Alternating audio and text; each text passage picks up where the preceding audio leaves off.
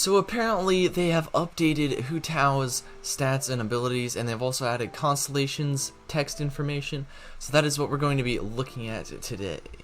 So as you can see, they have added some talent information onto this. In my previous video I made a few days ago, we didn't have any of this information right here. So all we had was the stat ability and scalings and that kind of stuff. So we got a little bit of an idea, but now we pretty much have a really good idea about how this character is going to perform. And so basically we've got talent information, and also her passives have been fully fleshed out, and we also have all the constellation information. So we're going to be looking at everything today. So if you guys would mind leaving a like and subscribe down here below, that would be very, very helpful.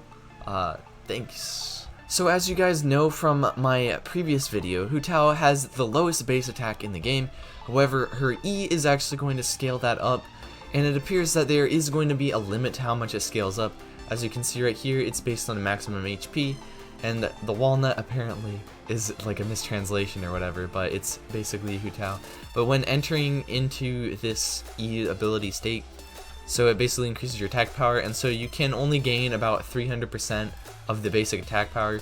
So that's about 300% of 100, so that's going to be roughly, so you're going to be gaining about 300 extra attack on that, so that puts her at about 400 base power, which would actually be really good, considering that that would put her at the highest base attack in the game.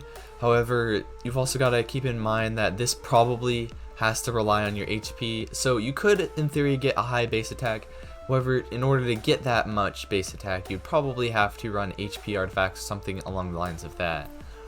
So it also looks like it converts attack damage to fire element damage. So basically that means her basic attacks are going to do fire damage, so that is a pretty interesting buff.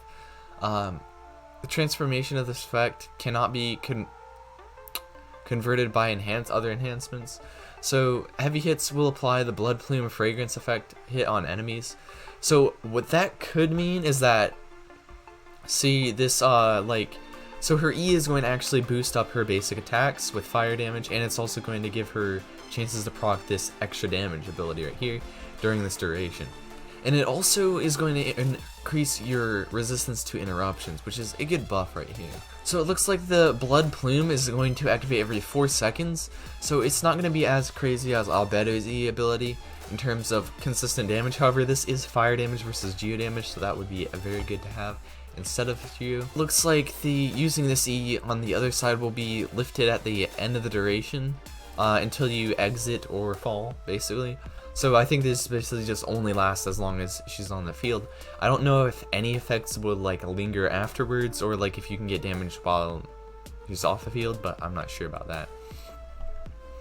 For the super, now it looks like we've got a bit more information on here, so that's pretty good.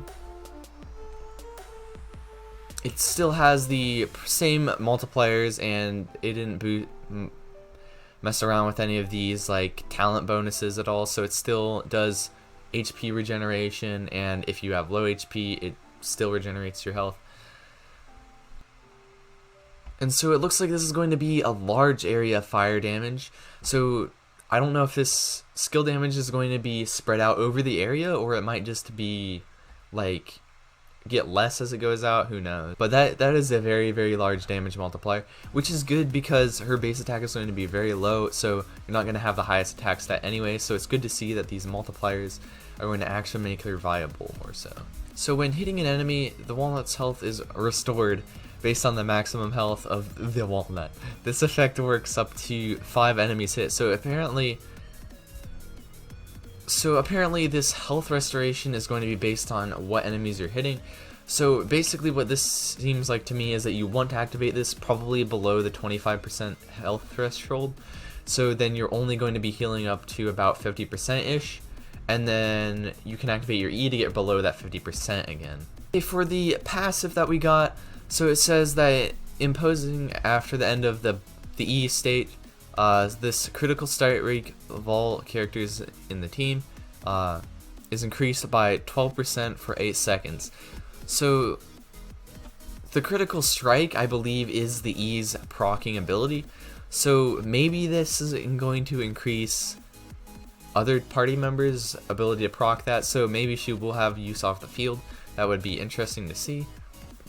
And also the second one is going to boost your pyro damage bonus by 25% whenever your HP is below 50%. Now to look at these the constellations real quick.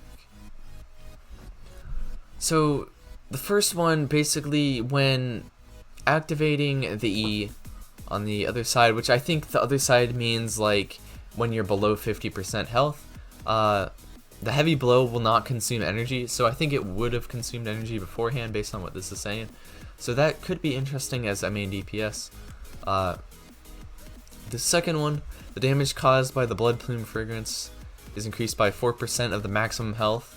So that's an additional 4% extra damage based on the max health. So as you know, with like if you have 20,000 health, which I think is going to be the low line for level 90 on this character, you'd still be getting around 500 extra damage on the blood plume's activation, which is a very large buff right there. This fourth one in the self-imposed, so in this one, when the enemy under the influence of the blood plume is defeated, a critical strike rate of all characters in the nearby team, so excluding this character, is increased by 12%.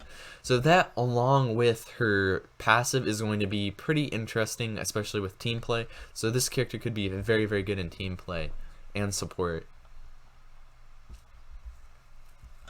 And this last one is going to be a very, very juicy with all sorts of epic abilities right here.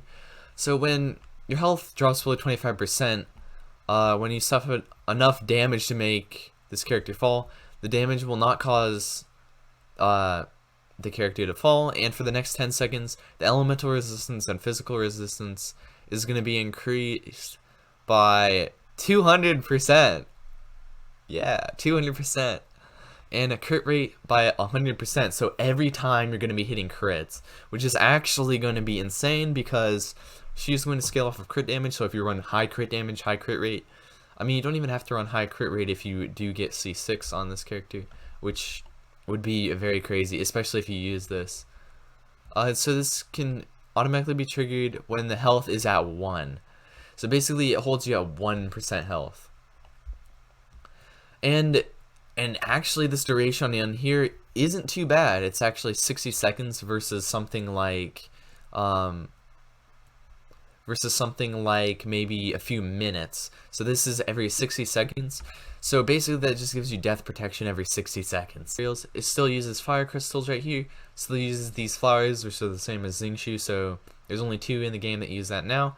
But these new ones are actually going to be from a new boss, and they're going to be putting them on Zhao and Hu Tao, so that will be pretty interesting. If you guys enjoyed the video, a like down below is very much appreciated. I do tend to post pretty regularly, but anyway, it's been your boy Octophoenix. I'll see you all on the next one. Farewell.